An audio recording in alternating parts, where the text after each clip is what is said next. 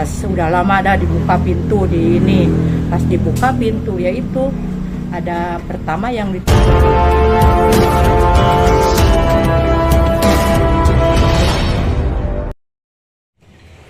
Empat anak ditemukan tewas di Jagakarsa, Jakarta Selatan.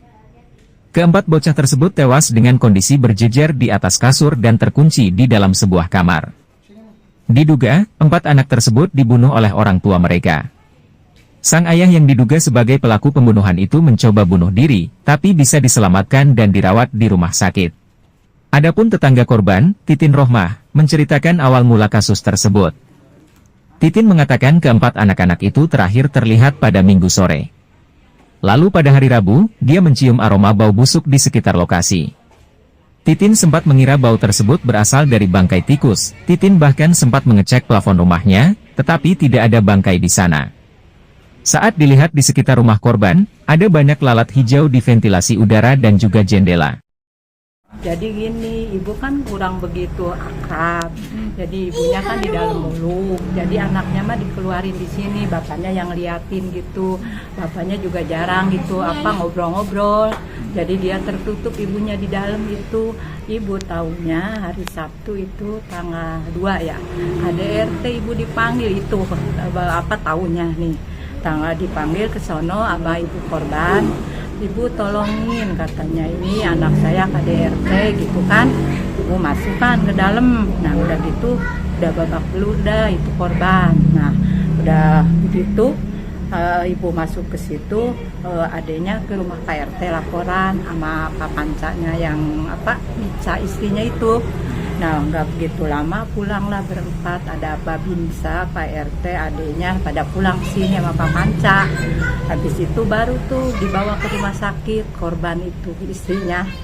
Nah udah bayi terakhir ngelihat yang ini anak korban Minggu sore.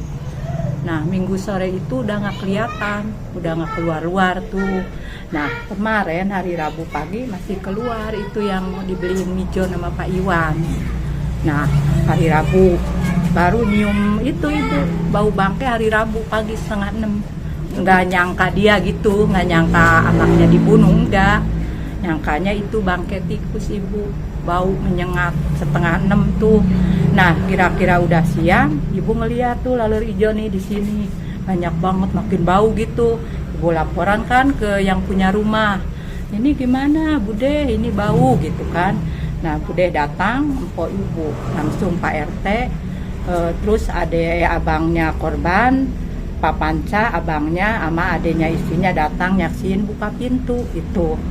Pas udah lama dah dibuka pintu di ini, pas dibuka pintu ya itu ada pertama yang ditemuin di kamar mandi Pak Panca sama abangnya.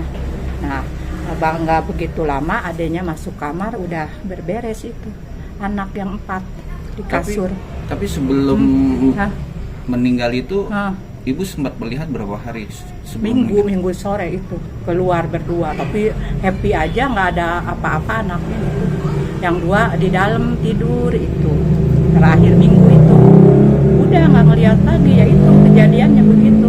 Minggu pagi nyium bau itu, Minggu hari Rabu itu nyium bau kayak ini sampai sekarang begini gitu. Tapi sebelumnya warga dalam arti orang ini bergaul nggak sih Bu? Enggak, dibilang ibu kan istrinya nggak pernah bergaul, di dalam aja. Kalau Pak Pancanya ya keluar ngelihat anaknya di sini mainnya di rumah ibu. Itu anaknya. Ini ngontrak kan Bu ya? Kontrak ya. Udah berapa lama beliau ngontrak Bu? Di sini hampir 1,5 tahun deh. Tapi dengan masyarakat sekitar gimana? Iya itu jadi suaminya aja yang negor-negor, istrinya mah nggak pernah, di dalam aja. Lagi itu kan kerja, berangkat pagi pulang malam. Pas nganggur juga di dalam aja, baru nganggur 5 bulan kali istrinya. Suaminya mah nganggur, pas udah datang ke sini juga. Tapi sering terdengar cekcok gitu nggak Bu? Enggak, ibu juga baru tahu ini dibilangin yang kata hari Sabtu kejadian KDRT itu. Itu baru tahu itu bahwa dia KDRT. Udah gitu Pak Pancanya dilaporin itu sama adik bininya KDRT. Tapi reaksi pelaku dalam arti kata suami itu gimana ibu melihatnya? Kenapa? Reaksi sebelum melakukan itu tingkah lakunya gimana? Biasa aja, orang ngeliatin anaknya nggak gimana-gimana, makanya nggak ada yang curiga. Nggak gimana-gimana gitu deh. biasa aja, maksudnya biasa itu nggak mencurigakan, cuman ibu lihat emang pikirannya orang namanya mikir kali ya, dia mau udah dilaporin gitu sama ade istrinya, ade RT.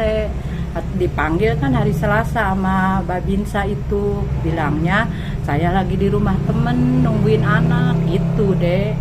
Babinsanya hari Senin kesini tuh, datang hari Selasa aturan dia datang panggilan, berhubung anaknya katanya nggak ada yang nunggu di rumah temen, jadi dia nggak datang gitu, kasus KDRT gitu. Saya nyangka, ibu juga kaget, nggak gimana maksudnya nggak kedengeran suara apa gimana, enggak deh. Nggak kedengeran suara apa gimana nggak kedengeran ibu gitu. Pas masuk ke dalam rumah itu ibu ikut pas enggak, ibu kan enggak ikut ke dalam. Itu yang dibilangin abangnya yang meluk Pak Panca di kamar mandi itu. Adenya ke kamar belakang, kan nggak boleh kata Pak RT, belum ada polisi gitu. Yang masuk abangnya Panca sama adenya istrinya sama Pak RT. Bertiga berarti. Bertiga tuh masuk, yaitu Pak RT masuk ke dalam, ibu di luar sama yang punya rumah. Ibu nangis, emang anak sok ibu, emang itu anak di sini mulu, ibu suapin, ibu asuh gitu. Ibu ngeter aja sampai sekarang ingat anaknya gitu. Biasanya kalau anaknya main-main di luar juga. Iya, sama cucu ibu di sini pada main. Tapi istrinya mah nggak pernah keluar, di dalam aja. Tapi ibu sendiri melihat nggak, ini faktor ekonomi atau enggak bu? Kayaknya faktor ekonomi deh, ini rumah aja 4 bulan belum dibayar. Udah disuruh ini pindah aja kata empok gitu. Dia bingung kali, uang nggak ada, maaf ya, anak banyak, ya udah aturan bulan ini mau pindah, belum ya kejadian begini lah gitu. Disuruh pindah. Itu ibu yang tahu itu aja. Dan ibu sendiri sebenarnya warga mana ibu? Ibu Tahu nggak paling nggak? Siapanya Pak Panca? Keluarga ini. Panca asli Aceh, KTP-nya Jati Padang, istrinya Rio, KTP-nya Jalan Sirsak, Jagakarsa juga. Gitu. Di sini ngontrak sudah berapa? Setahun setengah ya. Dalam 1 tahun setengah terjadinya gini memang, tapi sering ngobrol atau gimana? Iya, suaminya yang ngobrol keluar sekali-kali, istrinya mah nggak pernah sama sekali, di dalam aja gitu. Pas 5 bulan nganggur, kalau lagi kerja mah ibu maklumi ya, berangkat pagi pulang semalam, dijemput sama suaminya Pak Panca. Kalau kerja, emang suaminya pas datang juga udah nganggur. Nah ini dia nyupir taksi aja baru seminggu ini. Taksi apa tuh yang biru, Bluebird itu, Bluebird itu, udah gitu aja ibu yang tahu. Tapi ibu sendiri dipanggil atau sebagai saksi nggak? Enggak, nih bapak itu yang dipanggil, yang tadi tuh Pak Iwan itu baru pulang itu. Dan pun pas kejadian itu RT pun juga belum tahu, apa RT udah tahu? Apanya? Kejadian ini Pak RT langsung dikonfirmasi ke polisi atau emang dia udah tahu dan menyaksikan? Dia yang menyaksikan, yang kata buka pintu itu. Dia kan yang nyaksiin sama yang punya rumah sama warga sini nyaksiin buka pintu itu. Pintu dibuka dari luar nggak bisa dibuka kan, dimanggil tukang kunci pintu itu, ada Pak RT disaksiin. Ya itu pas masuk abangnya duluan yang nemuin Pak Panca di kamar mandi. Ibu langsung nangis ke sini. Pak Panca di kamar mandi itu gimana bu kondisinya bu? Itu berdarah tangannya, telanjang bulat itu. Mau bunuh diri kata abangnya. Cuman masih ini masih mau bunuh diri? Pak Panca. Iya, Pak Panca yang melakukan itu? Iya, yang melakukan itu sama anaknya. Ya begitu deh.